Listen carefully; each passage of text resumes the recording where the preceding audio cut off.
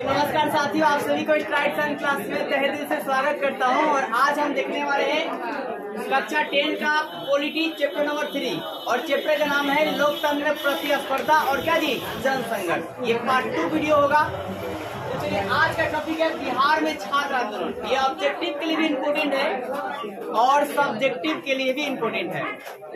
चलिए मैं आपको बताता हूँ, ध्यान सुनिएगा। सबसे पहले हुआ क्या साहब, 1974 में बेरोजगारी और भ्रष्टाचारी बढ़ गई। बेरोजगारी समझ रहे ना, लोगों को रोजगार नहीं मिल रहा था। फिर भ्रष्टाचार भी क्या जी, बहुत ज्यादा बढ़ गया।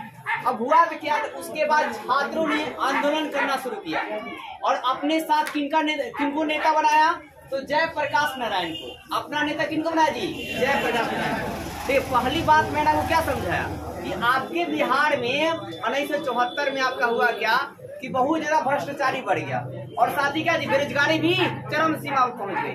तो छात्रों ने आंदोलन शुरू किया और अपने आंदोलन का नेता जो है किनको बनाया, तो जयप्रकाश नारायण। किनको बनाया जी, जयप्रकाश नारायण। अब इसके बाद ये आंदोलन कब शुरू हुआ, तो बिहार से शुरू हुआ भाई साहब। कब शुरू हुआ जी, 1974 में।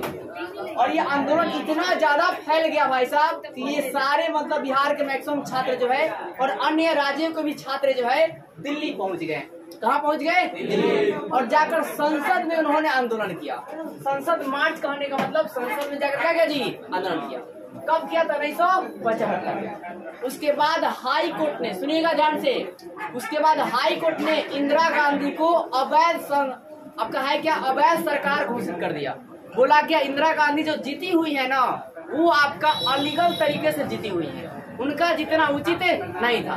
तो इंदिरा गांधी भाई साहब पढ़ी लिखी थी, उसने अपने दिमाग का इस्तेमाल किया और अपनी पावर को राष्ट्रपति को दे दिया और राष्ट्रपति ने आपातकाल लागू कर दिया। और आपातकाल लागू कीजिएगा ना, जो कोई भी बाहर निकलेगा आंदोलन करने के लिए, कोई समूह बनाएगा तो उसे गिरफ्तार कर लिया जाएगा। ठीक है, तो कई लोगों को गिरफ्तार कर लिया गया और गिरफ्तार करने के लिए कर जेल में डाल दिया गया। 18 माह तक लोग जेल में रहे, मैक्सिमम नेता, जयप्रकाश नारायण से लेकर मैक्सिमम छात्र से लेकर। उसके बाद देखिए, अब इतना जब लोग जो आंदोलन कर रहे हैं सब जेल में चले जाएंगे तो और भी जनता क्या होगी, भड़क जाएगी।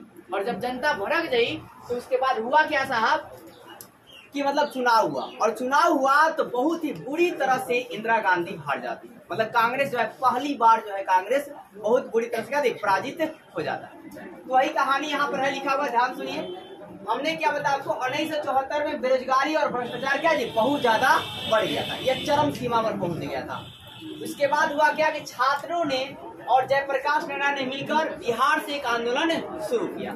यह आंदोलन 1974 में क्या जी, शुरू हुआ और आगे चलकर ये भाई साहब सारे आंदोलन बहुत ज्यादा बढ़ गया और सब लोग कहाँ पहुंच गए, दिल्ली। और दिल्ली में जाकर 1975 में क्या किया, सांसद में आंदोलन किया। कहाँ क्या जी, सांसद में। इस आंदोलन को संपूर्ण क्रांति भी कहते हैं। इस आंदोलन क्या कहते हैं जी, संपूर्ण क्रांति या जेपी आंदोलन भी कहा जाता है। कभी आप क्लास 12th में जाइएगा ना तो आपसे पूछेगा कि संपूर्ण क्रांति के जनक किसे कहा जाता है, ये जेपी, जयप्रकाश नारायण को। किनको कहते हैं जी, जयप्रकाश नारायण। अब ये आंदोलन जयप्रकाश नारायण के नेतृत्व में चलाया गया था, इसलिए इसे जेपी आंदोलन भी कहा जाता है। जेपी मतलब जयप्रकाश, जेपी मतलब जी, जयप्रकाश। जेपी मतलब जयप्रकाश, नहीं जयप्रकाश, सिर्फ जेपी मतलब जयप्रकाश, ठीक है, इसलिए इसको जेपी आंदोलन भी कहा गया।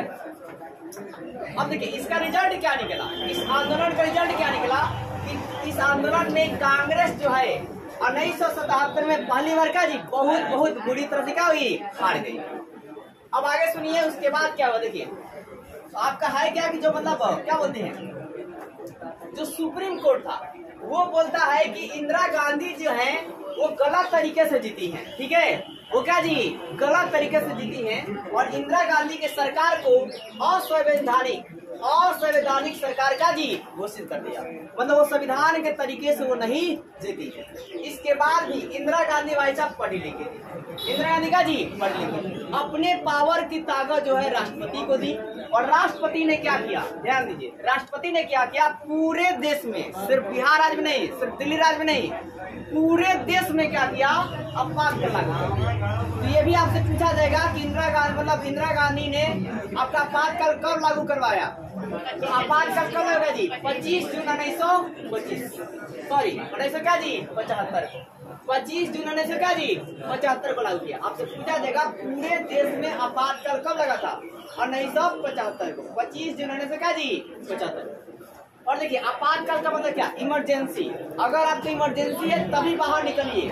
अगर आप ऐसे बाहर निकल रहे हैं और गुट बनाए हुए हैं तो वहां पर कोई भी आपको पुलिस पकड़ लेगी और ले जाकर जेल में डाल देगी। अब ये देखिए यहाँ पे गुट क्या पूरा समूह था, आंदोलन चल रहा था। अब आंदोलन से कोई पीछे कैसे हटेगा?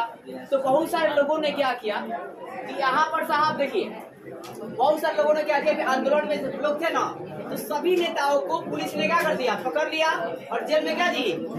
जेल में डाल दिया। इसके बाद 18 माह तक लोग जेल में रहे। आपातकाल कितना दिन चला जी? 18 महीने।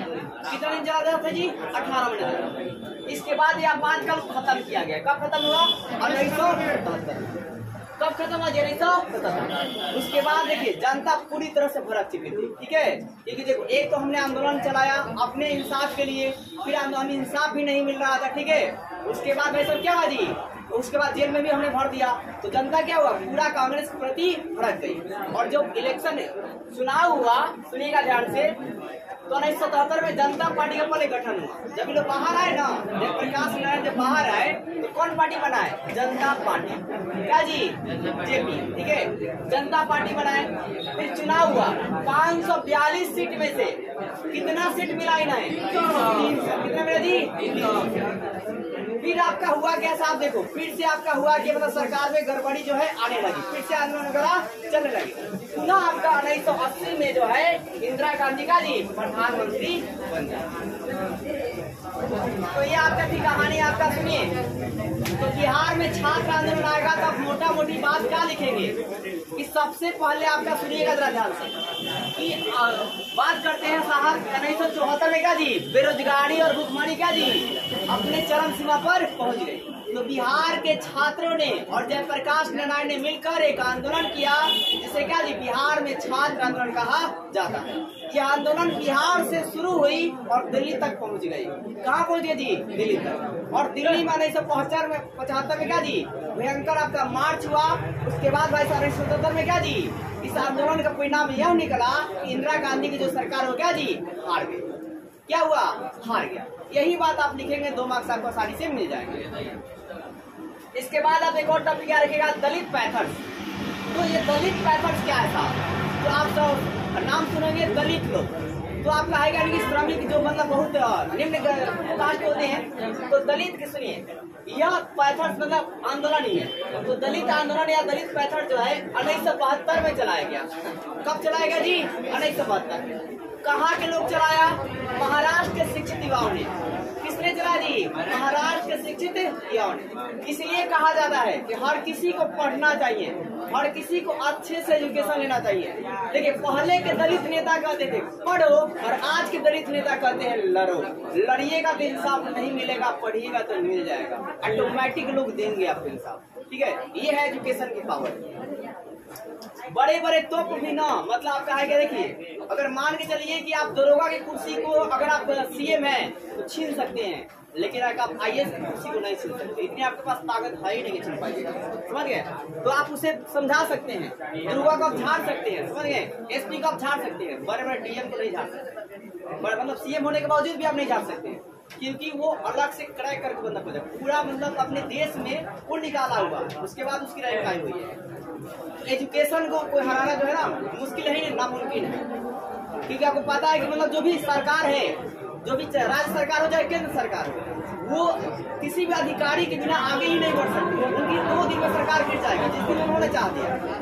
और कुछ भी अगर पास करवाना है उनके हस्ताक्षर के बिना पास भी नहीं होगा। तो देखिए दलित पैथर्स की बात करते हैं हमें 1972 में क्या हुआ? चालू हुआ। अब ये कहाँ के लोगों ने चालू किया? तो महाराष्ट्र के शिक्षित युवाओं ने, ठीक है ना जी। और काहेला चालू किया?